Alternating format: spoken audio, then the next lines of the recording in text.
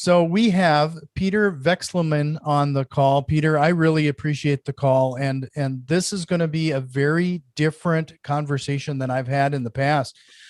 We have a lot of newer to real estate investors that listen to my show, and I'm going to just say I think your domain name kind of speaks volumes as to what you do and what you specialize in. It's called partnerdriven.com. I'm going to drive everybody to that just to see what Peter and his team are up to. But you really focus on that partner driven and it's more of a team effort when it comes to real estate investing. Would that be a fair way of summarizing it? Yeah. Well, first of all, thanks for having me on, Jack. Yeah, 100%. For many years, I was kind of the typical investor, had a pretty big operation, did, many, well over 1,000 real estate deals. And then switch to this partner model where now we partner with people across the United States and we do real estate deals. The big win for me, obviously, as an investor, I want to do more deals. And if I open the territory up to the United States, that's about as big as you can get. But obviously the, huge win for the local partners because we literally help them facilitate real estate deals right in their own marketplace. And then we just split the profits down the middle. So yeah, the website in a very short way says it all. Yeah. So this is a very different model than, like I said, we've talked to in the past, and it just fascinates me. Can you kind of walk through the process of how you came about doing this? I mean, this is a great concept, especially spreading out across the United States like this. Yeah, well, as I mentioned, for many years I did things the way traditional investors do it, and I did it pretty successfully. I'm based out of Atlanta, Georgia, and for many years we, did deals in Atlanta surrounding a couple markets around here. Perfected that model, or at least as well as you could perfect something. Just to give you an idea, especially if you have audiences that understand real estate, we got it to the point where we're taking almost every day 1,000 seller calls a day into my office. And in real estate, that's really hitting it big time. But then we wanted to grow. We wanted to grow beyond our borders. We wanted to grow beyond our own geography. So the first place we chose initially was Jacksonville, Florida. And we expanded into Jacksonville. We actually found a good partner to work with there, or good boots on the ground. We set up our own physical office, staffed it. We were still very focused doing most of the things from Atlanta. The leads were sent out of there. The calls came into Atlanta. Our appointments were set there. And it started working really, really well to the point that we, really started dominating the Jacksonville market over the initial number of years that we were in there. And then you do what anybody else does. You achieve a measure of success. You don't sit back. You don't try to scale back. You do the opposite. You're trying to figure out, well, how do I get to the next level? And so the next level, we actually very strategically across the United States started picking out markets that we wanted to do deals in. And yeah, we got to the point that we had 17 markets, all the way from Atlanta to Jacksonville, all the way to the West Coast in California. And so that was our next step into expansion. But again, we had boots on the ground in these markets. We had our own people in there. We were still centralized out of Atlanta, doing marketing out of there, taking calls out of there, helping people negotiate deals, and then feeding more or less leads and appointments to our people across those 17 markets. And then, like anything else, as I just said, you try to figure out, okay, well, what's the next step? Well, the next step is, okay, we figured out how to do things remotely. Why don't we now go big time? And why don't we open up the whole United States? And that was initially when the partner model was initially born a number of years ago.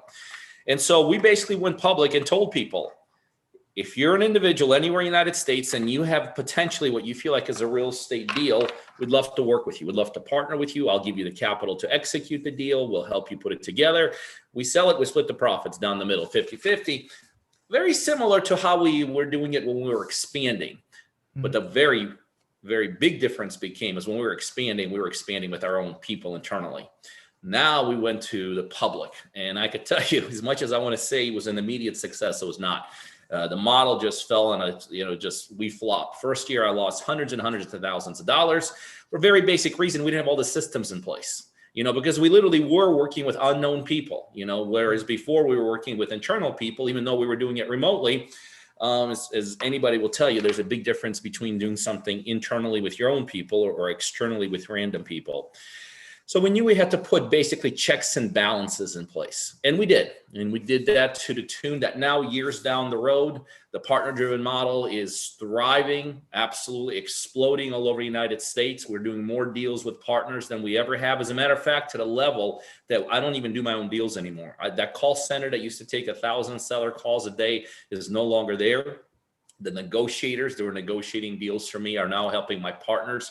Matter of fact, what I did is I moved all the infrastructure that I had assembled over a couple of decades into this business to help me put deals together. Now that whole infrastructure is still in place, still thriving, still rocking it out. But now they're there. All the people are there helping my partners do deals. And so in essence, what we do is we help people, everyday people across the United States, whether it's somebody that's never done a real estate deal and they want to do their first deal, or whether it's somebody that's done 50 deals and they're trying to figure out how to do in my next 50 deals. And what we do is we provide to our local partners really what I call at this point pillars of success when it comes to real estate investing. Real estate investing, there are certain things in real estate investing you just need. They're non-negotiable. Like them or not, want to do them or not, they got to be done. So what we do, for instance, the first pillar I always tell people is you got to know what you're doing. Although this business has very little barriers to entry, it also has just as many people getting out. I'm sure people know is getting in. Mm-hmm. So, and it's because literally they just don't know what they're doing, lack of knowledge. And so we go over the top with that. We actually work with our partners literally on a daily basis. So from an education and mentorship and accountability standpoint. So our partners overall become exorbitantly savvy as investors. The second thing, very critical, it's all about finding deals. And we're in an incredible market right now, as everybody knows, one I've never seen in over 2 decades. And so as good as the market is, what that also means is harder than ever to find deals. So we actually spend money right where our local partners live, whatever marketplace that happens, they happen to be in, and we actually start generating leads for them, basically people that want to sell their properties, and it don't get any better than that. The next pillar we provide for them is technology. We all know that in today's environment, you got to have technology. Before technology was a luxury. Now it's, if you don't have it, you're going to be behind the 8 ball. You're going to be losing. And so I own an app called Deal Driven, and Deal Driven literally allows you to run your whole real estate investment business from your phone. You could get data on any property across the United States that you need. You can you could do driving for dollars from it. You could pull lists from it. You could do direct mail through it. So we provide technology to our partners. Once we find the right properties, I provide 100% of the capital to buy these properties. So my partners don't bring anything to the table when it comes to closings. I provide all the capital if the properties need any work. And then we just put them in the market, sell them, split the profits down the middle, 50-50. And that is what the partner-driven model is all about. And like I said, we're just hitting it on all cylinders. We're doing more partner deals than we ever have before. Matter of fact, just before we went live, I just got a text. That's how I run my business. I get text messages when we close. We just closed an incredible deal with one of our amazing partners from South Florida, Patricia Newberry. Patricia is a retiring police officer out of Florida. She just retired about a month ago, and she started with me about 2.5 months ago. We already bought and sold one deal, made over $30,000. And I just wired out $400,000 for our next property. We're going to spend $75,000 fixing it, and it's worth about somewhere around $650,000. And that right there is the partner-driven model. We work with people like Patricia across the United States, and we do deals. Everybody contributes, whether it's your boots on the ground from the partner or infrastructure and finance and the financial side from me, and then we split the profits. So this sounds like a almost too good to be true kind of a platform. I mean, there's a lot of people who are getting into real estate investing for the first time who are looking for exactly this type of scenario. Like what does that perfect partner look like to you? It's interesting you say that, because for me to say what you just said sounds pompous, sounds like it's show offish, but I could tell you, I've got 22 years in this business. And if I do say so myself, that I don't think somebody getting into business can figure out to find a better scenario. I challenge people every day. If you think there's a better entry point in this industry than what we do, then show it to me. But you're right. This is an absolute game changer for those that want to get in the business, because what we do is we provide all the upside and we eliminate all the downside of the real estate investing business. And of course, nobody gets out of this business because of the upside. Everybody gets out of the downside. They make mistakes, they lose money, they don't know what to do, and all this. So, we eliminate that side of the equation totally. But from a perfect partner, what are we looking for? We got to be coachable, right? I've got thousands of deals behind me. We know what we're doing. So we need somebody who's coachable, somebody who's willing to hustle, because they become the boots on the ground. So they got to be willing to go out there, take a look at stuff, meet with sellers and stuff like that. The mindset, after doing this for many years, is somebody that wants to level up in life. Somebody that's probably doing what they're doing right now, and they're honest with themselves, and they're like, this is not getting me what I want. I'm not happy with where I'm at. I'm not getting what are the financial results. I'm not getting the lifestyle results, whatever it is. So somebody that wants to level up in life, and obviously somebody that wants to do it through the real estate investing business. We're not doing brain surgery here. We're not basket weaving. But if somebody, wants to head in the real estate investing world, and this is the direction that they're like, yeah, this makes sense, then I would say what we do at Partner Driven is an absolute no-brainer. Absolutely no-brainer. Mm-hmm.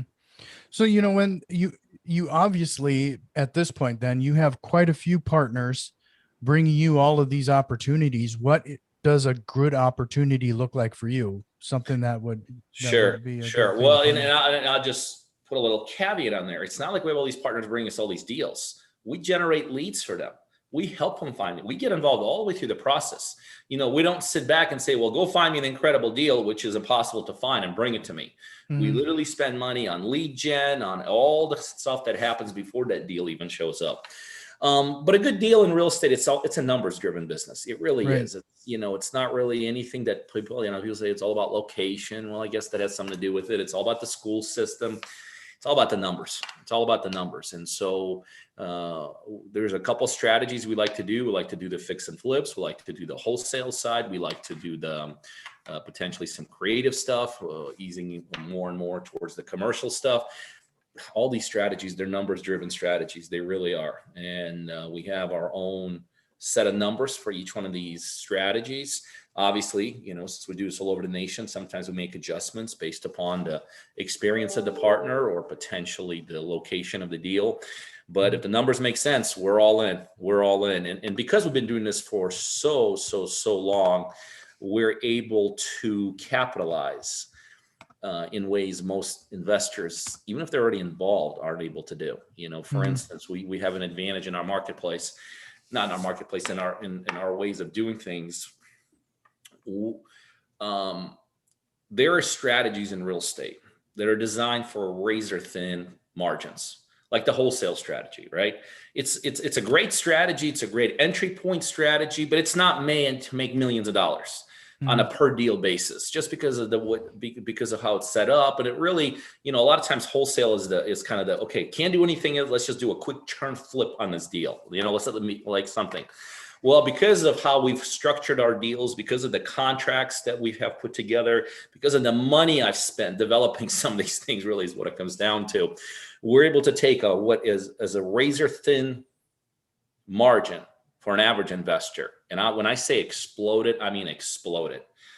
Before, where an average investor trying to do this themselves, they may walk away with a $5,000, $10,000 profit on the exact same deal. Because of what we're able to do, we could easily make $20,000 to $50,000 on.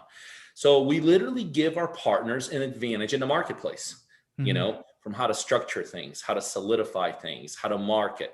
Anyway, so hopefully that answers your question. Yeah, no, that does. So before we go any further, I wanted to make sure, again, going to push everybody to your website. That's partnerdriven.com. I mean, what a great domain name. I mean, it's easy to remember. And wish I could take credit for it, but my marketing guys came up with that. Yeah. But, you early in your pillars of success, you mentioned support. Can you talk a little bit about the support you provide regarding running numbers and understanding? Because I think, especially when it comes to fix and flipping and wholesaling, I run into a lot of people who, underestimate the wholesaling the fix and flipping and what it's going to cost, the time frame and everything. Can you kind of give us a snapshot of what kind of support you provide there? Yeah. So we provide support on two sides of the equation. Okay. One side of the equation is the knowledge side. Okay. I mean, you got to know what you're doing, right? You got it. So literally every day we're coaching and training and supporting our partners from a level up perspective. But the other support you need is what you refer to is the execution of the deal. Because I could teach you everything I know about real estate, and inevitably you're going to go to the deal and you're going to like, well, Pete said it's green, but it's blue, obviously. Or Pete said this is going to happen. Or, well, because real estate is very unique. Every deal is unique. Every deal is different. So the other side of the support we provide is what we call back office support. And the back office support basically is when a deal there's a potential for deal here. It looks like there's a potential. The partner literally starts working with my back office, all the way from how to run the numbers on this deal, how to run the comps, how to get the contractor involved, how to get the right realtor involved. And so because before we even became partner-driven model, we were an investment company. We did thousands of deals by ourselves. So this back-end office support is absolutely critical, because we literally, again, from the time of the inception of the deal, we literally take our partners by the hand and walk them all the way through that deal, from the negotiation piece to, like you said, running the numbers piece, running the construction piece, put all the fail-safe mechanisms in there, because you have, even our level, you have to have fail-safe mechanisms in place. What if this doesn't happen, or what if this doesn't happen? So we walk them all the way through there. The other support, which is actually the third support, Jack, we provide, is back office support in terms of, look, we all know nobody gets into real estate and says, wow, I want to do real estate because I want to process files. That sounds like really like a sexy idea to me. So let me get into real estate. Nobody really gets into real estate so they can coordinate buyers and sellers. But guess what? On every single deal, there's a buyer and a seller. On every single deal, there's a title that needs to be handled. Every single deal, there's a file that needs to be processed. That's the other piece of support that we provide for our partners, is the back office support, processing that deal from the time, okay, now it looks like we got a deal, we got a contract in place. Now let's take that deal and let's close on it. Let's execute it correctly so we can close on it in an expedient way. And then, there's also that back end, right? Because then you got to sell the deal. Well, guess what? That's another process that needs to be taken through. So we provide support on educational side, deal formation side, and office side, all the way through. All these support features are in place for my partners. Sure.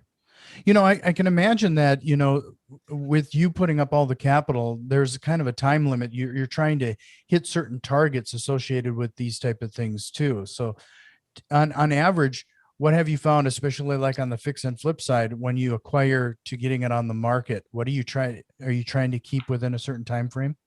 Well, as you know, in real estate, you always rather do it quicker than slower, right? Nobody wins. I don't care if you're the most experienced guy in the world. You don't win by saying, well, let me just sit back on this thing and so you always want to go quicker rather than slower. You also always want to make sure you understand the local partners experience, right? So if I got a local partner and he's done 200 deals before we start, well, you know what? We can get a little aggressive with that person, right? We can do maybe a rehab, $100,000 rehab, right? Because he's got track record. We know him being boots on the ground is going to be very helpful. On the other hand, you can have a partner that's brand new to real estate, never done a deal, never executed a deal. With that individual, the most important thing is not to do something that takes 8 months, is to do something quick. For a couple of reasons. Put some money in each other's pocket, make sure that local partner is somebody we could count on, and build some confidence in that person, right? Even if they make more money sitting on something for 8 months, I'd rather somebody walk away with some money, in the first 1 or 2 months, because that also gets them more confident and gets them more locked in. So yes, we rather do it quicker rather than longer. And a lot of that is literally determined by the experience of the partner. Is this the first deal we're doing? I have partners that I've done tons of deals with.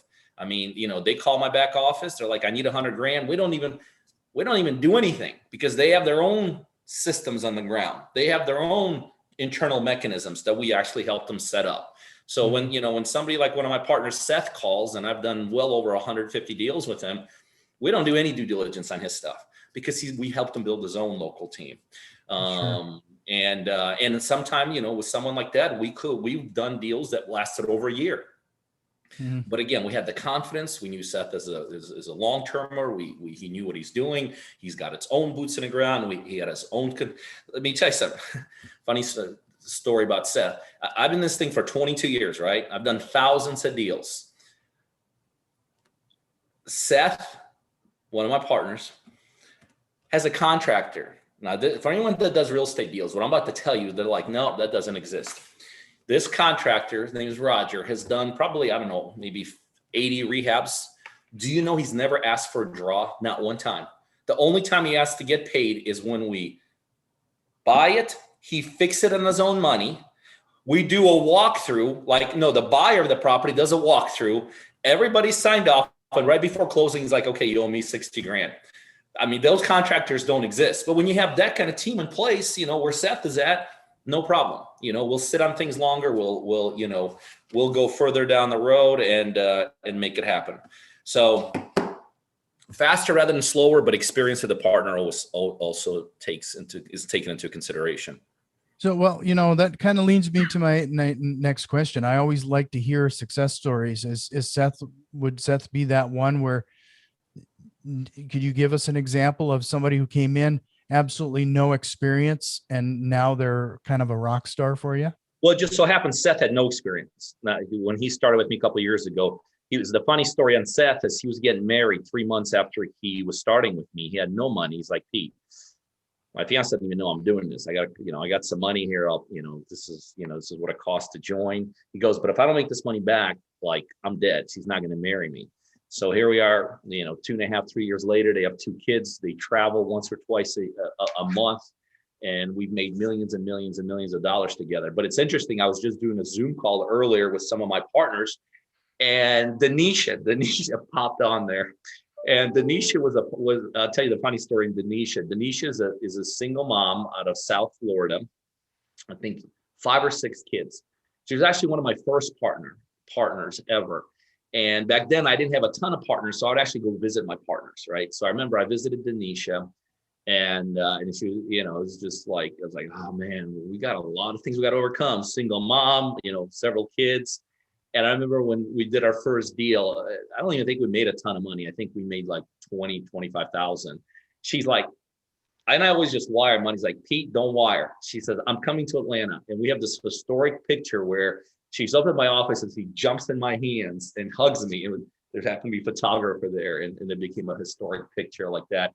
We had a young kid, Alex May, $1,500 a month he was making when he started with me. He was a bank teller, 21 years old. He's like, just help me do one deal. Help me do one deal. I'll never, ever, ever, ever in my life go back in the corporate. We did our first deal, first couple of months, and he's never, ever, he retired. I don't know if he retired at 21, but he quit his job, and, he's never, ever, ever went back. We had Ed Lindsay, who's been with me for a couple of months. Interesting about Ed, when he started with me, he was forced to retire. Like he was a retirement age, but he thought he had some time left. And he started with us, I don't know, 5-6 months ago. And then I heard through the grapevine that he had to get out. I mean, he was being forced retirement like a month. So he had a month. And no, even with us, a month is just like, that's just too quick. But it took us about 2 months, and we split almost $40,000. And so that obviously made the retirement, a lot easier and things like that. So I can tell you story upon story like that, just everyday people. But then we also have had I have had partners to come in, a number of them who were already successful. Everyone I just shared with you right now had zero experience, was like 0 to hero. But I have had partners that come in that just were stuck. Like, okay, Pete, I've done 100 deals and I have no idea what's going on, but I am 100% stuck.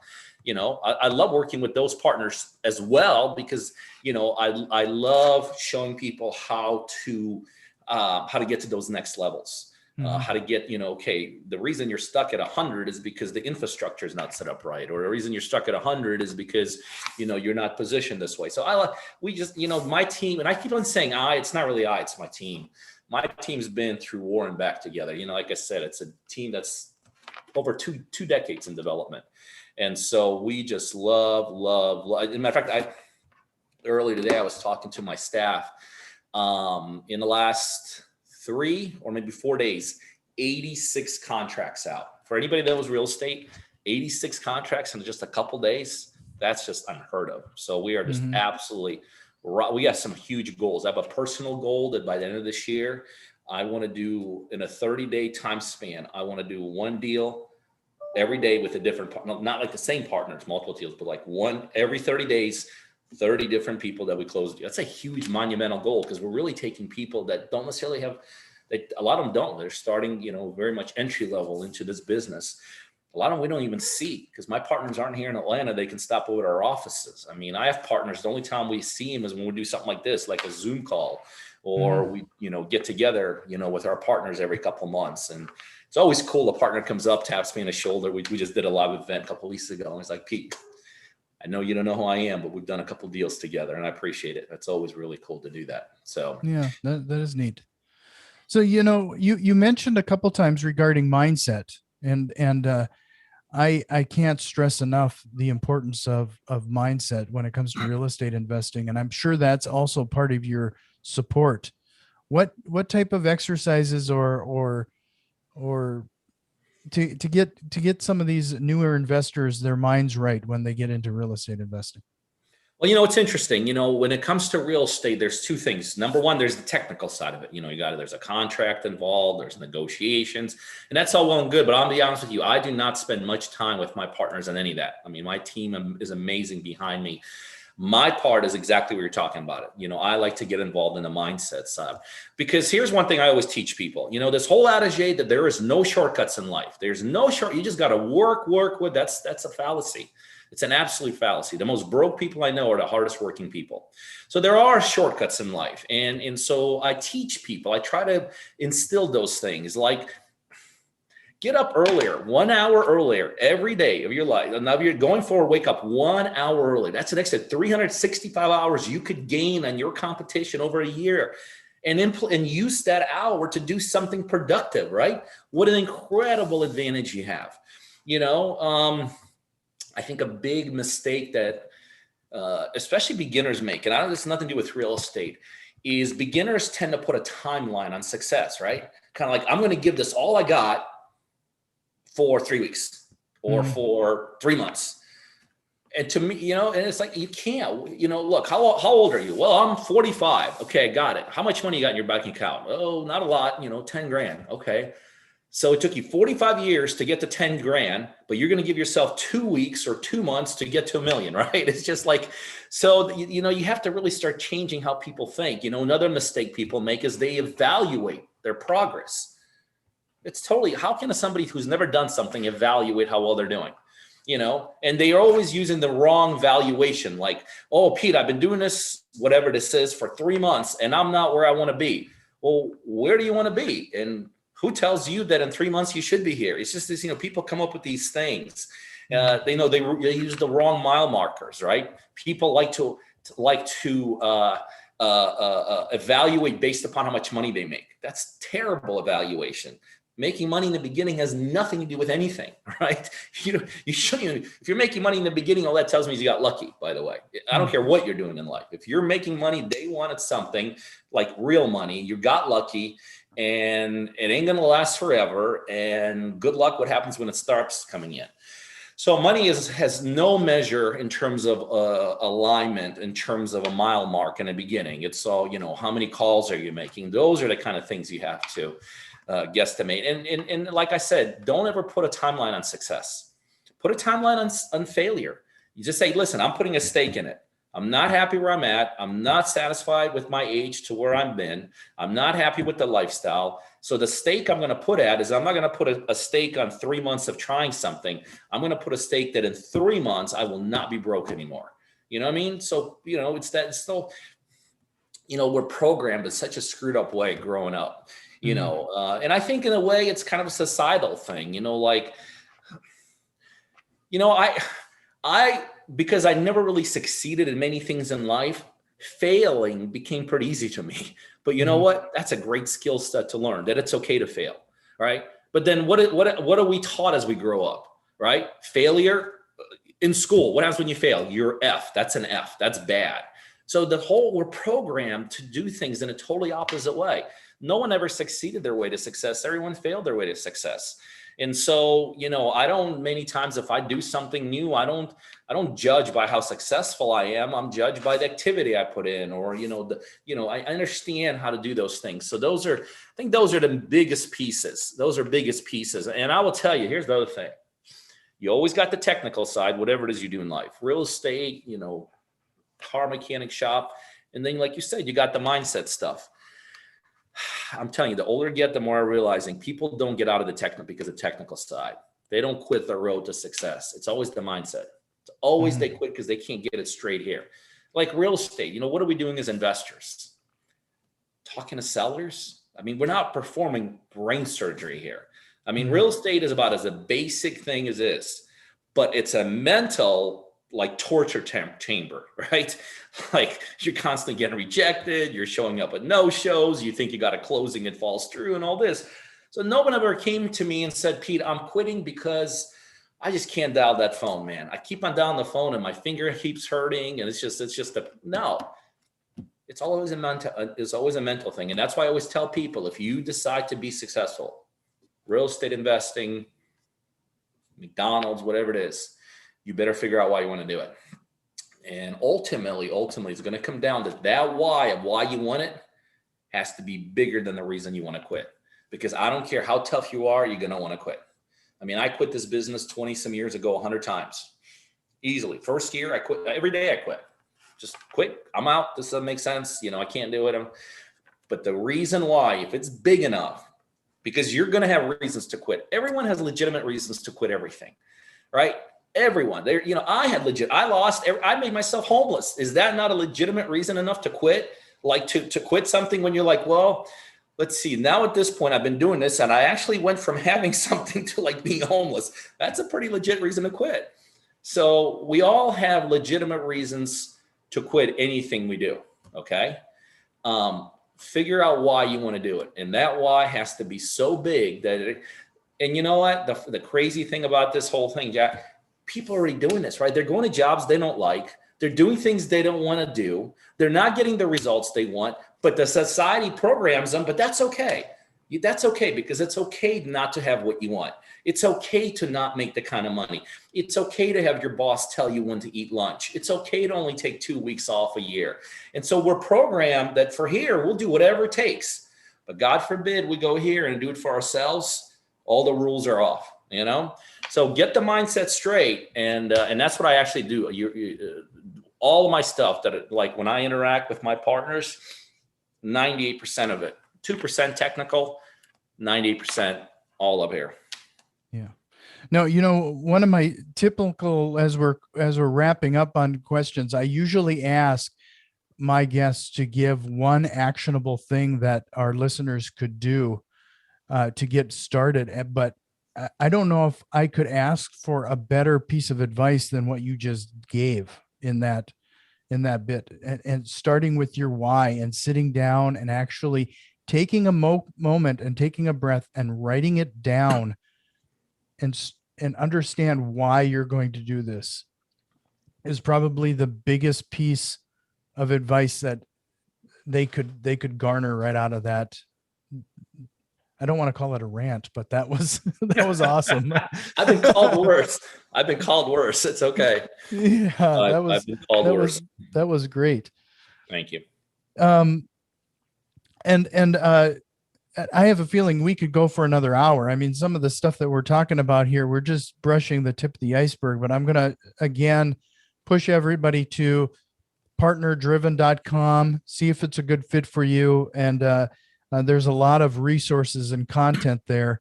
And I know that, Peter, you're very active on a lot of social media. I mean, you got a ton of followers, especially on Instagram. So people should check that out. Mm-hmm.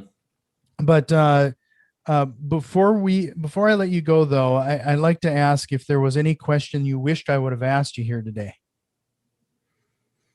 No, because ultimately the right question is the question that your viewer is going to see and is going to resonate with them, or it's not going to resonate with them.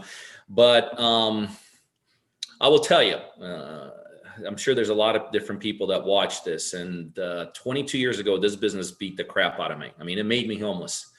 And right now, if you watch what I do over a week, I think most people would love to trade places with me. I could tell for people, if they're kind of in that position in life where it's not working out, or they know it's not going to work out, I just tell people the real estate business right now is exploding. It's better than it's ever been in over the 2 decades for a lot of reasons, the pandemic, all that kind of stuff.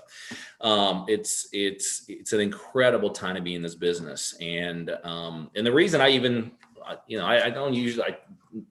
would never do interviews, and I finally allowed, to start doing interviews. The only reason I do this is because for many years I chased deals. I chase real estate deals, and now I chase partners. And this is why I do interviews like this, is because I want to get the messaging out. I look for the right people, the hungry people that want to level up. And so if that's the person that's listening to this, I'd love the opportunity to explore the opportunity of possibly partnering with each other and do some deals.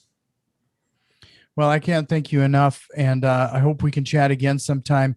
Make sure you head over to partnerdriven.com for more information. But thank you so much. This has been a great conversation.